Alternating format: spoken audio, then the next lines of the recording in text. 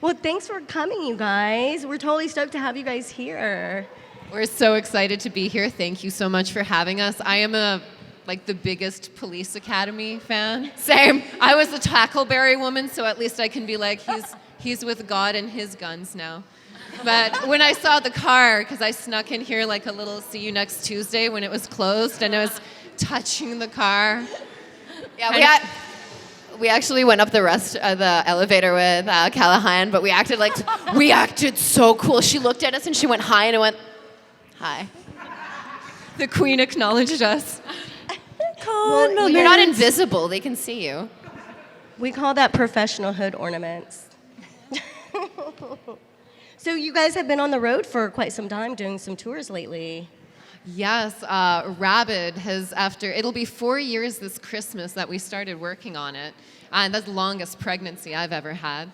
And we've been touring with it because it's just had its world premiere at Fright Fest at the end of August. And finally, it's on American soil. It'll be on the 15th, this coming Tuesday, in Los Angeles at Screamfest. Heck yeah. So what are the dates for that? I think we're on the 15th at 9:30 p.m. Yes, we are at the Chinese Theater, and Tristan's coming with us. Kevy, who did our soundtracks, coming with us. Claude Foissey, who composed the soundtrack, who also did Pontypool, because we stole as much Canadian talent as humanly possible on this. And then I believe the very elusive Todd Masters of Masters Effects will also be joining us. Yeah, and because we love Marilyn Chambers, a lot of our friends from the adult film community are going to be coming to support the film. So it's going to be a little something for everyone. Heck yeah. Well, I'm from LA, and I wish I'd totally be there, or else I'd stalk you guys as much as I've done the past few years. I'm one of their biggest fans. This is such an honor, Tristan, to finally meet the Tristan and the Soska sisters. You guys have been dominating the horror, the goth, the metal. I mean, you guys are just taking over. And We've come for all your medals. yes, you can have all of it. So you've never done the New Jersey HorrorCon before? I have never been to New Jersey before. The closest I've gone to the East Coast has been one show in Brooklyn, and then our next show was in Portland, so we had to drive there with no shows in between. So, yay, band stuff. New Jersey is awesome. You have all these great white sharks just in the ocean right there. So it's if anybody's an asshole, we can be all right, we're throwing you off the pier. Good luck. It's so cold out there, though. Did you bring your fins? My feather fan? My fins? She's a mermaid. She can swim through the riptide, I swear. Yeah, the toes are wet, but you can't see them right now. I heard that. So tell us a little bit about Rabid. You guys have been on a tour for a little bit, and it's a remake from 1977. How did you guys get involved in that?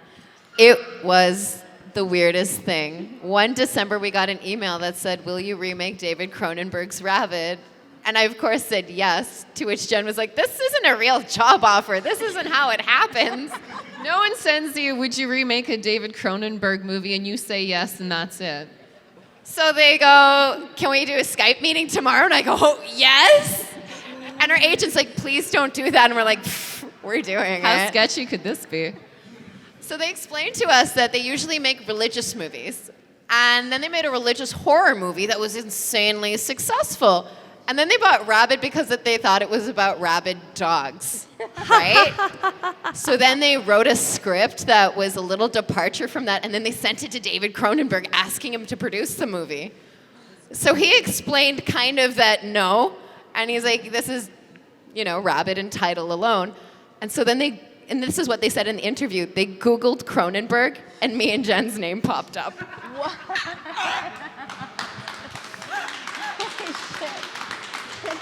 For real. And I was like, well, he is our biggest influence. Yeah, every time they ask so who are your influences? It's always Mary Harron, David Cronenberg, Rodriguez and Tarantino back in the day. And they said, so can you explain Cronenberg? And very quickly, in 5 minutes, we summed up his body of work. But then they said, so what is Rabid about? And unfortunately, Sylv told them transhumanism. And it's about transhumanism. Let me explain it to you. It's just 47 minutes. I can explain it to you.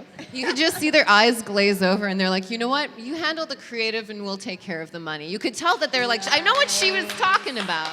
Yes, because 15 years ago, your parents ended up taking a mortgage out on their house. That's right.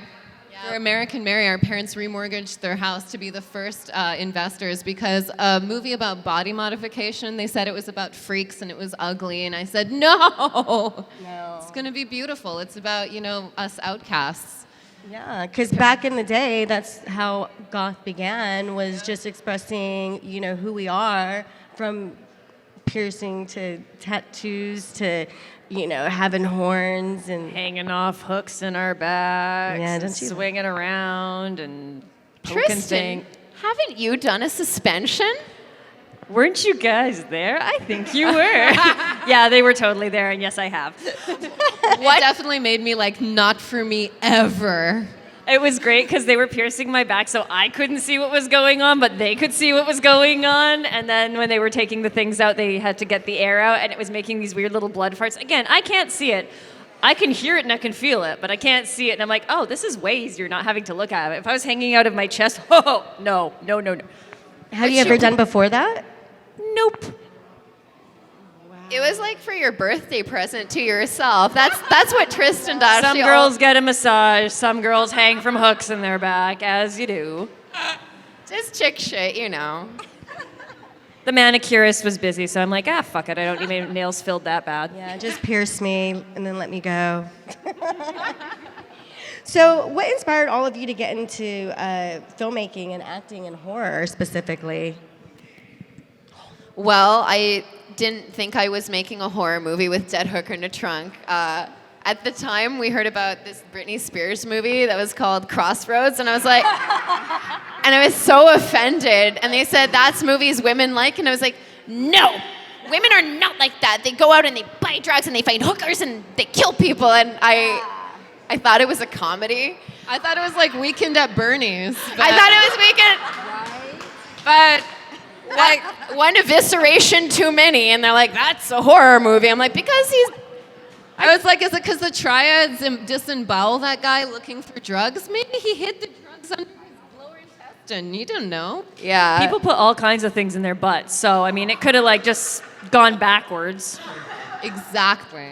I did think American Mary was a romantic comedy, but again, I was wrong. I knew See No Evil was a slasher, though. That I knew. I knew that was like the bar.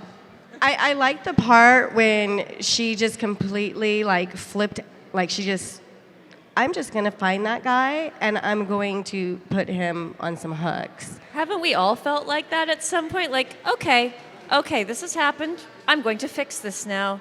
I twitch. So how did you guys come up with that idea? That's Sylvia for the longest time, because we, for work purposes, discussed different types of murder and what you would do with people. Say if somebody raped you, we always said, well, what would you do? And we said, well, death is a release and it's a waste of good suffering, so no. I would just whittle him around like, a human hangman until there's nothing left, until the act is so laughable to me because of what he did. Like, he's such a joke to me now. Yeah, so I really think that's what we should do with people who especially rape kids. Just hang them in storage lockers and have torturetv.com. Give them time to think about it. Think about it. No one's getting hurt. You just don't have arms and legs anymore. I'm sorry, sir, you're going to the American Mary prison. It's not good. It's not good. It's not good. If you didn't want to lose your limbs, you shouldn't have raped that person. It's a pretty straightforward thing, Brock Turner. Brock Turner's Law. Good call. I always thought about slitting a throat and chopping off a penis and shoving it down there. Does that count? That's really good. The Japanese, when they used to obliterate a town, they would keep one person alive, cut his dick off, sew it into his mouth, and then say, go tell everyone. I mean, if you're going to do something, don't do it halfway. Just love a little the deep throat. So in addition to being a horror and gore masterpiece with American Mary, we are all inquiring about the facial modification. So please give us some details on that, because that was some amazing FX artistry there. That was Masters Effects came up with the Beatress face. And when the ladies were doing the film, they're like, where did you find the actress that looked like this already? And they're like, did you not see the budget with the effects for this? Okay. It was my first time in prosthetics. And now I am addicted because I like wearing other people's faces, but not like in a creepy, I'm going to take your face kind of way. It's like, it's my face, but, lots of Bondo and painting and stuff. But yeah, it was a trip, and it was really weird to walk by reflective surfaces and look and like expect to see me and see somebody else and be like, fuck, that's not my face. And the voice. Oh, it was, I had a lot of really good coaching. We had to watch a lot of Little Shop of Horrors. I wanted to get the Ellen Green just right. It wasn't a chore. We sang a lot of songs. We might sing a lot of songs later. I hear this karaoke. It was so funny. Nobody even knew Tristan was on set because they're like, Tristan, she's like the second lead. When does she show up? I'm like, that's Beatrice. They're like, that's Beatrice? Yes. But only Tristan. We went through 30, 40 actors between here and LA. And she actually came in as our dance coordinator. And we're like, wow, this isn't even a human. This is like a magical creature. Yeah. And we're like, can you do the voice, Tristan? Oh, I can do the voice. It's fine. I can totally do the voice. I love it. I was going to Rochambeau anybody else that they had. I'm like, all right, no, you can be in the audition too, but I get to go first. Yeah. Who could beat you? Okay, so she did her audition with the lines and everything, and she sang in the voice. But what she did first is she did a Houdini striptease. Baby did a bad thing that started with her tied up and untying herself on the floor. And this was at 8 in the morning, and we'd been just doing auditions, and all of us were just drinking our coffee well, it's her. It's obvious. Obviously, it's her. I've never seen anything like that in my life. Always be extra. Everyone was supposed to have a singing or a musical piece that they prepared. Tristan just blew it away. I'm like, do you have a chair? No. Okay, we'll get you a chair. Why are you getting a chair? You'll see. I need the chair. So what do you guys think about dominating Hollywood as the female leading directors? You guys have created a whole new generation of women of horror. Seriously, you've popped off and started a whole new generation of inspiring women, motivating women, giving them life and light and love to pursue their dreams and start kicking some ass and being women empowerment. I don't know if you guys know that. I'm only here because people were so nice to not squash me when I started, and a lot of people did try to, many times. And for me, it was always sending the elevator back down, because there's so many times I needed anything, just a quote, just somebody saying I wasn't a piece of shit, and someone did. Women in Horror Month was the first time we got Dead Hooker in a Trunk to screen. That's after 2 years of people saying they don't screen that movie based on title alone. And it was you have to be insane to have a movie called Dead Hooker in a Trunk and not have a satire. We wanted to talk about the Picton serial killer in Vancouver, but we couldn't make a movie. Let's talk about, police not being able to look at streetwalkers being murdered because they don't consider them people. We were let's make it a comedy. And then when they ask us, why would you do that? We go, oh, because of this. And they're like, oh. And we're like, yeah. And we shot people. It was fun. That's fun. I really think the most important thing in this industry is to have a good heart and a good soul. I think too many of us, in Scrooged, Bill Murray has that great speech, and the great dictator Chaplin has that amazing speech. And I think many of us realize what life is really about too late, when we're towards death or we're losing something. And I've had a lot of really hard knocks. Still kind of said it as a joke, but we've been through hell to be where we are. And it's just reminded me of the people I don't want to be like. And I know that 90% there's a lot of places in Hollywood that will not hire us because we have a lot of integrity. We don't shut up, and we don't work with abusers. Rabid, 100%. We didn't hire any abusers. It was fantastic. It was wonderful. And I think that as we're starting to have realistic priorities with the future of the world, we're no longer running the film industry like a fucking drunken frat party. It's so disgusting how it's been set up, because it was like, how did it get this bad? Yeah. Like, it was well before we got there. So to be the nicest girls in horror, I always want to be like the nicest, most murderous bitch there is. And I want everyone to make films themselves. It's not an elitist sport. All of us can do it. Right. Just grab your cell phone. My God, you needed to have film back in the day. Now you got a cell phone and you're like, sorry about the sound, and it's great. Yeah. Honestly, if we could make Dead Hooker in a Trunk and know nothing, all of you can make way better decisions and be farther ahead. When you run Sony, hire me for a Spider-Man movie. That's all I ask. Now follow your dreams. One day someone is going to run Sony, and you're going to be like 68, and they're going to be like, we got Spider-Man for you, Mrs. Soska. I'm going to be like the old lady in the Titanic. I'm going to be like, finally, Peter Parker's come home. I'm ready for the Spider-Man. I am ready. But you have to cameo as Aunt May in it. I would be the most bawling Aunt May. I would be so annoying. From Mary Jane to Aunt May. One day, man, one day. I will think the world deserves your Spider-Man movie. Yeah. Or Sam Raimi's Spider-Man 4, because like that would be just like printing money, right? Like, Peter and Mary Jane are divorced. They still have never been together. It'd be great. They have a kid that Peter hasn't met yet. Oh yeah, Mayday just hates him. I don't like that girl, Peter. She's cheap. May would never say that.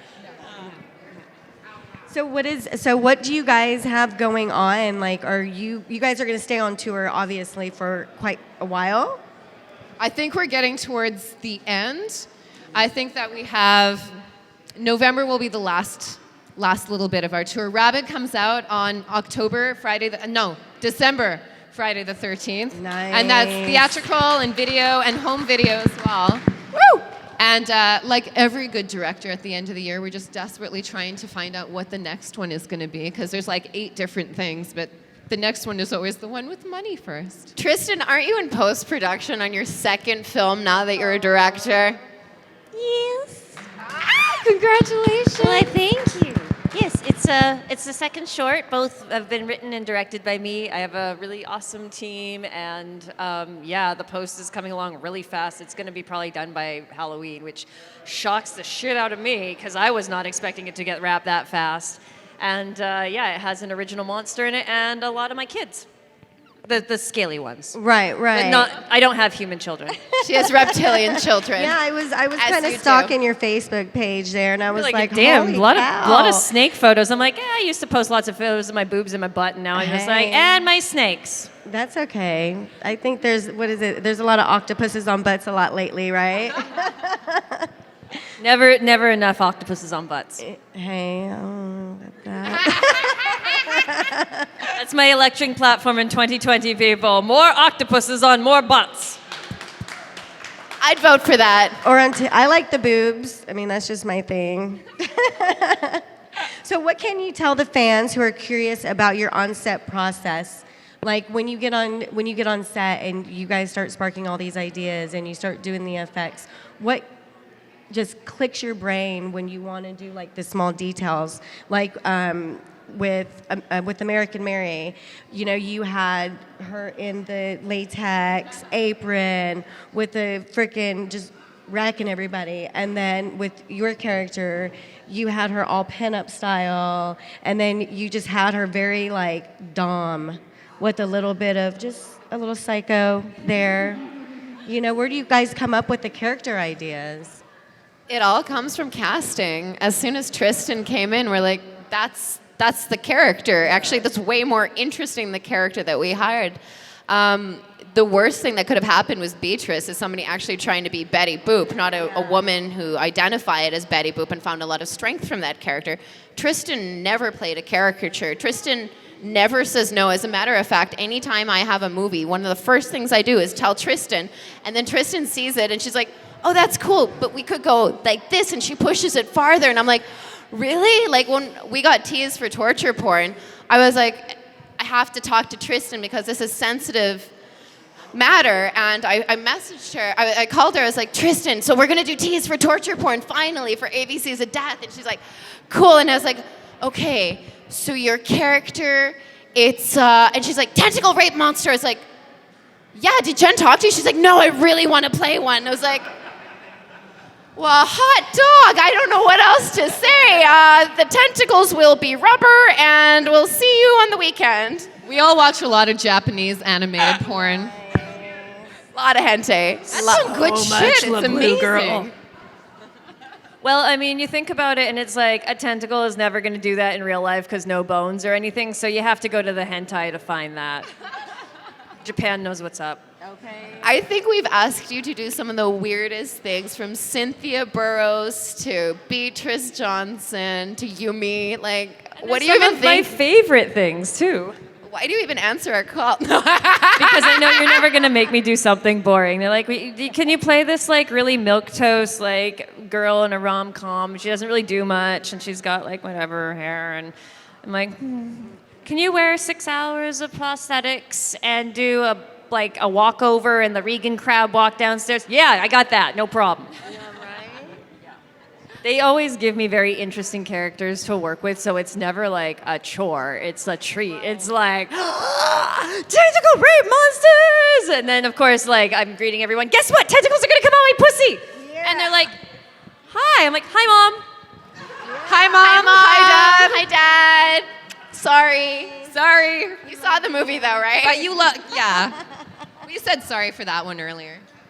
So, did you guys grow up together in Canada?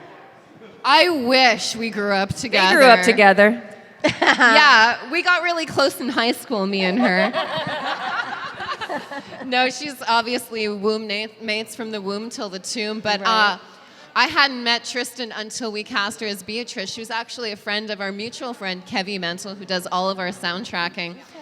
And I didn't believe that she was as awesome as he said, because he's introduced me to, oh, she's great. And like, I avoided meeting Tristan because he's like, she's so good, she's just like you. And I'm like, oh, well, this is now getting insulting. I was like professionally stalking her on the internet because I was like, this girl's so cool. Yeah. Everything she does is so amazing. But I totally didn't want to meet you to ruin the fantasy. But the fantasy, you're even better in real life. Like, I would never leave her alone. Even if she gets a restraining order, I'm like, it's just a piece of paper. Doctor, what are you doing? Well, you guys, I saw Dead Hooker in a Trunk at the Rio Theater in Vancouver when it was screening, and I didn't know what was playing. I was like, oh, it's called Dead Hooker in a Trunk. Well, okay, I'm game. It's Friday night. Let's go. Jen's eyeball popping out on screen is geek, and then the step on it, like eyeball trauma is always like thing that is like just like, and I drank a Monster, like a whole Monster Energy drink, and I don't drink that, and I had an empty cup in my lap, and I was like, and right in between my knees in the theater, sitting. What a compliment! Thank you. Thank you. Nobody else has ever made me puke like that in my seat. I was smitten. So I'm sure doing cons, you've met countless fans. Woo! Yoo-hoo! For the fans! Thank you for being here! So inside the horror world, is there anyone that you were ever really surprised to learn is a fan of the films? Yeah, CM Punk blew my mind. Like, one day my phone went insane, and I was like, what? Who? CM Punk is watching Dead Hooker in a Trunk and Hobo with a Shotgun. Oh, my God. And then when we worked for the company, I found out he loved American Mary, and he gave it to all the other wrestlers. So when we started working there, they actually thought we were cool. And so when we were doing See No Evil, he was like, you're working with a company and not with me? And then That's WWE never giving the fans what they want. Wah, wah. Could people enjoy this? You're never gonna get it. Never. Unless you like Brock Lesnar, dudes, buckle the fuck up. Yeah, that's it. That's all you're gonna get. Who can we drag out from the Shield? Do you like them yet? No, still no. So the very first person we cast in Rabid was CM Punk, because I knew he liked zombies, and I was like, Rabid people are close, and I knew he liked Cronenberg, and I was like, dude, will you do a horror movie? And he's like, yeah, of course I will. I was like, oh, it's gonna happen.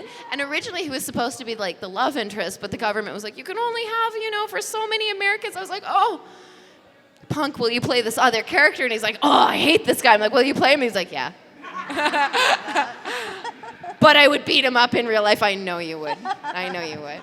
The strangest friendship I ever got from someone being a fan of American Mary is Slash of Guns N' Roses. Nice, of course. He's never meet your heroes unless it's Slash or David Cronenberg. Yes. Everyone else is an insufferable bastard. But oddly, David Cronenberg and Slash have almost the same personality. Oh, wow. They're way too talented to even live on this planet, but they're so incredibly humble and genuine and their authentic selves. They're just fucking fantastic. And also, Elijah Wood. When I met Elijah Wood, we were all together at Fantastic Fest, but I went pee, and they weren't with me. So I come back from peeing, and Frodo jumps in front of me, and he goes, oh my God, hi. And I'm like, hi, how do you know who I am? And he's like, American Mary, I know things. You don't think I know American Mary, and I know you're Jen. I'm like, what the fuck? Oh my God. 2 out of 2. So then I come back to these two, and I tell them the experience, and they don't even think it's actually Elijah Wood. They're like, she must be smoking too much weed. I misheard her, and she said Elijah Wood, and I was like, Elijah Wood didn't just hug you and say that he loved your movie. That never happened. And then I saw Elijah Wood pop out and hug Tristan. I was like, oh, Jen, did you meet Elijah Wood? That was a trip. Oh! Yeah, and I didn't even want to be excited for you two. I'm like, no, you weren't excited when I met him. So I'm going to do fellowship shit with him without you two. Oh my God, that would be a trip. So why is he a trip? We sung karaoke at Fantastic Fest, and he kind of went with the artistic interpretation I was doing of the 9 Inch Nails song and backed me on it, so I have a lot of respect for him for that. Not everyone would choose to. Like, oh, you're ruining this, I gotta go. You're like, no. So when we were chatting, you were talking about how much you wanted to do karaoke and how much you like trivia. Yes, because my brain is good for little else other than remembering lines and spouting useless trivia. Right? Really so useless. What are you going to do this weekend when we have trivia and we have karaoke at the same time? Wait, at the same time? Are they at the same venue or two different? Yeah, it's like right next door. While you're singing, Tristan, I'll just shout questions at you. And then I'll just sing the answers into the lyric. When they say you can't have it all, you can have it all. You can have karaoke and trivia at the same time. You can do whatever you want. So what do you guys have coming up, Tristan? What do you have coming up for yourself besides the 2 movies that you're doing, or the second movie that you're doing? The first movie was what year? Parlor Tricks. That was Parlor Tricks. 2 years ago. 2 years ago. It was a minute ago. Okay. And I've been trying to get Reptile House made for about that same time afterwards, and now it's finally going to be done, ready for the festival circuit. I'm very excited about that, and I'm going to be doing more of my snake handling workshops and snake yoga. I know. Yeah, snake yoga is a thing. Goat yoga is like great, but like the snakes are super cute. Well, there's a guy here that he brought some snakes and things. So he's my new friend. Yes. So we'll introduce you because he was wanting to like hang out. So I was like, I like where this is going. I have not found Reptile Man yet. Have snakes, we'll hang out. Yep. Is that you? Snakes, you got one on you? If you pull one out of your pocket like Highlander, I would be so impressed. That's you? I'm glad you're here. What an intro. Hi. Not to be weird, I can't wait to touch your snake. Sorry, Mom. And ladies, what have you got coming up next after the tour? We're shooting a music video at the end of the month for Fake Shark.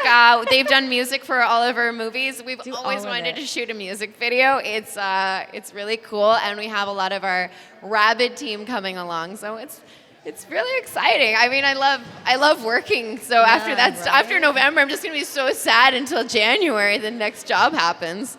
Just put me in my little plastic director case. I'm so not sure excited which for thing you. will come up first, but we have 3 films. Yeah. One potentially with someone here, dun dun dun. I won't give any more details because it's too obvious.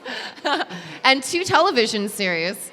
And one that I said is the new Buffy, because I really feel that we've been missing something for young women. And guys, you can enjoy it too, but we really need something that isn't just, Mary Sue or pandering or baiting. Just some good female shit. Yeah. Maybe a thing where it's like the whole thing isn't if she gets a boyfriend or a husband, Sex in the City, or not. Maybe it's like, oh, I just got my own life and I'm doing stuff because I'm awesome. Like Jem and the Holograms. Yeah. Totally peripheral. And he was dating both of them. It's just like, I'm going to let this continue because I can call him on this shit anytime. Anytime.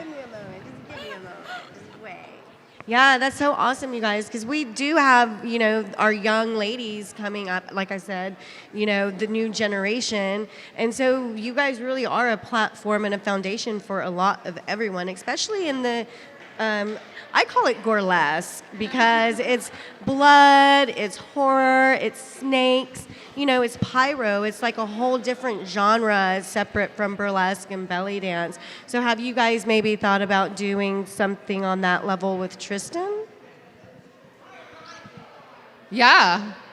Well, I never never- want to make anything without Tristan. I'd love to have her like in a remake of like Cat People because she's got that kind of like that whole look to her. Well, I do turn into a giant cat when no one's looking and I'm sexually aroused, but it could be in my head too. You don't know. Spoiler alert, gentlemen and ladies. So if you guys had something to say to the fans as well as, the younger fans, give them any type of advice, if they're really wanting to get into filming, into the production, into crew or key grip, or just into the film industry alone, like what advice would you give to them?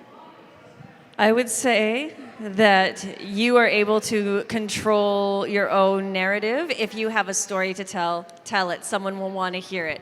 If you have art that you want to create it. People will appreciate it, especially you for making it and putting the effort in.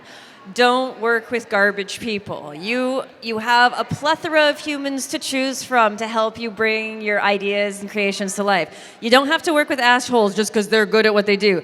There's a lot of people who are good at what they do. The time of the assholes is getting phased out now. The only assholes I want to see is in porn because they are appreciated and valued.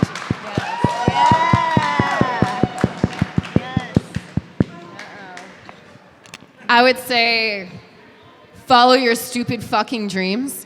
I would say it's better to fail at something you love than take something you think you should be doing. Don't let anyone else tell you what you should be doing. We've inherited a world of we should be doings and we should not be doings. We should be following our gut. We should be following our passion. And do not work with assholes because that keeps assholes working. And don't make excuses for them. They have their own voice.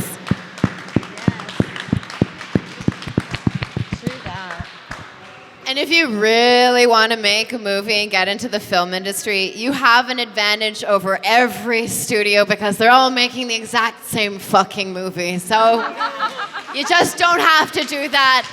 Find out what you have for free that you can get.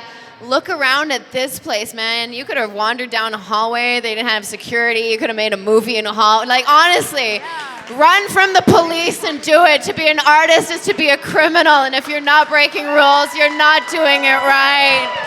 Thank you. Call me for bail. I'm your mom and you were with me the whole time. We won't pay your bail, but we will pretend to be your pissed off lawyers. How much do you charge? I might need one tomorrow. Well, thanks you guys again for, chilling with me. That's how I Thank see it. you I'm like, so just much. come hang out. And thanks you guys for coming out and spending some time with the ladies. Yeah, thanks, guys.